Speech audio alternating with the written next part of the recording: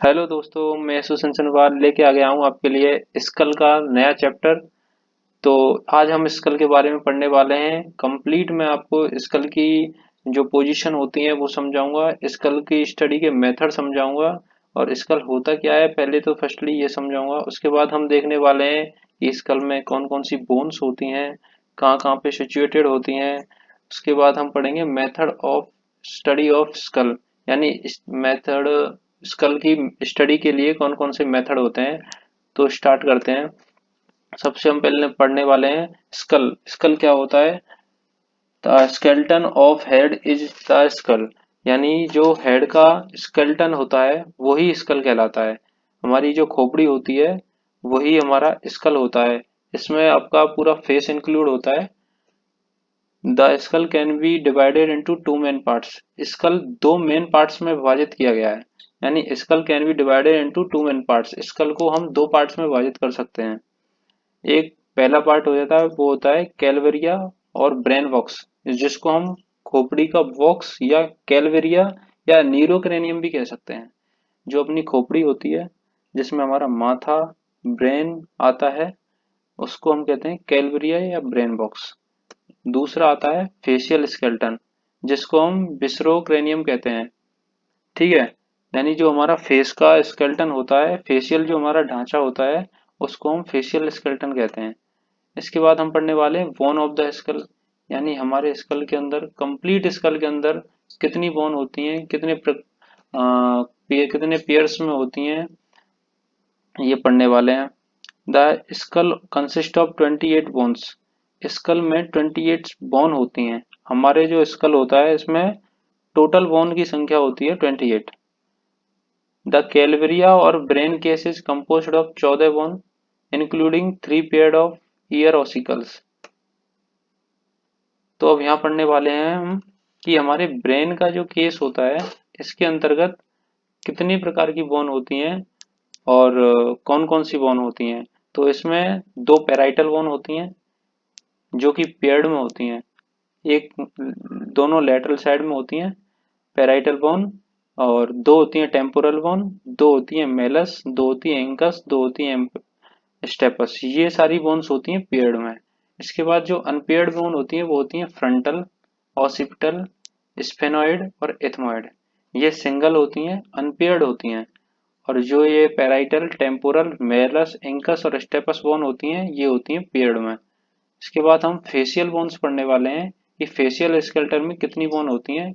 तो facial skeleton is composed of 14 bone. ठीक है, तो मैं आपको ये हिंदी में ही पढ़ाने वाला हूँ। एक दो अक्षर, एक दो वर्ड हम इंग्लिश के भी ले लेंगे। मैं खुद हिंदी मीडियम से पढ़ा हुआ हूँ, तो मैं आपको हिंदी मीडियम में ही पढ़ाऊंगा। तो हम फेशियल स्केलेटन की बोन्स की बात कर रहे थे। तो फेशियल स्केलेटन में 14 बोन होती हैं। दो होती हैं मैक्सिला, दो होती हैं जाइगोमेटिक, दो होती हैं नेजल, दो होती हैं लैक्राइमल, दो होती हैं पैलेटाइन और दो होती हैं इंफीरियर नेजल कॉन्काई। अनपेयर्ड होती है मैंडिबल और बोमर। ओके स्टूडेंट्स, अब हम पढ़ने वाले method of study of the skull, यानी मेथड्स क्या क्या होते हैं स्कल की स्टडी के। तो मैं आपको पढ़ाने वाला हूँ मेथड्स। सारे मेथड्स मैं आपको 3D में दिखाऊंगा, जिससे आपको कंप्लीट समझ में आ जाएगा कि स्कल कहाँ सिचुएटेड होता है, कैसे सिचुएटेड होता है और इसके मेथड्स कौन कौन से होते हैं और हम उन मेथड्स की सहायता से स्कल को कैसे समझ सकते हैं, ये मैं आपको बताने वाला हूँ अभी। The whole skull can be studies from the outside और externally in the different views.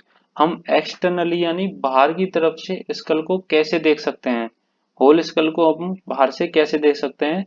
तो हम बाहर से सुपीरियर व्यू और नॉर्मा वेंट्रिकलिस, यानी सुपीरियर व्यू में देख सकते हैं। तो ये होता है आपका एंटीरियर व्यू, जिसको हम नॉर्मा फ्रंटालिस भी कहते हैं। सामने से अगर हम इसको देखते हैं स्केलेटन को, तो ये हो गया, होता है इसका एंटीरियर व्यू, जिसको हम नॉर्मा फ्रंटालिस कहते हैं। सुपीरियर से देखते हैं, यानी ऊपर से इसको देखते हैं हम, तो ये होता है इसका सुपीरियर व्यू, जिसको हम नॉर्मा वेंट्रिकलिस कहते हैं। ठीक है, ऊपर से देखते हैं जिससे हमें सूचर, ये जो लाइनिंग आपको दिखाई दे रही है ये होती है सूचर्स, इसको हम कहते हैं सुपीरियर व्यू। और इसका दूसरा नाम नॉर्मा वर्टिकलिस भी होता है। इसको नॉर्मा वर्टिकलिस भी कहते हैं। सामने से देखने पर एंटीरियर व्यू होता है जिसको हम नॉर्मा फ्रंटालिस कहते हैं। अगर इसको हम लेटरल साइड से देखते हैं, ठीक है, अगर हम इसको लेटरल साइड से देखते हैं तो इसको नॉर्मा लेटरलिस कहते हैं। इधर से हम आपको इसकी सूचर्स, इसकी बोन्स अच्छी तरीके से दिखा सकते हैं। से नीचे से अगर बेस की साइड से अगर इसको देखते हैं, यहाँ पे इसका आपके ब्रेन का बेस होता है। बेस की साइड से अगर हम इसको देखते हैं, इंफीरियर साइड से, जिसको कहते हैं इंफीरियर व्यू, इसका दूसरा नाम होता है नॉर्मा बेसेलिस बेसेलिस। ठीक है, नॉर्मा बेसेलिस। नीचे का बेस साइड से अगर देखेंगे तो नॉर्मा बेसेलिस। लेटरल साइड से अगर हम इसको देखेंगे तो नॉर्मा लेटरलिस। अगर हम इसको फ्रंट साइड से देखेंगे, सामने से देखेंगे, तो नॉर्मा फ्रंटालिस। और अगर हम इसको जस्ट पीछे से देखेंगे पोस्टीरियर साइड से, तो इसको हम पोस्टीरियर व्यू देखेंगे तो इसको कहेंगे नॉर्मा नॉर्मा ऑसिपिटलिस।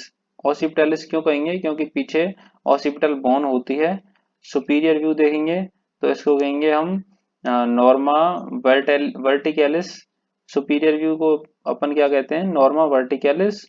और एंटीरियर व्यू को नॉर्मा फ्रंटालिस कहते हैं, सामने से दिखाई देता है। ठीक है, ये इसके सारे व्यू हो गए, ये इसके स्टडी के मेथड हो गए।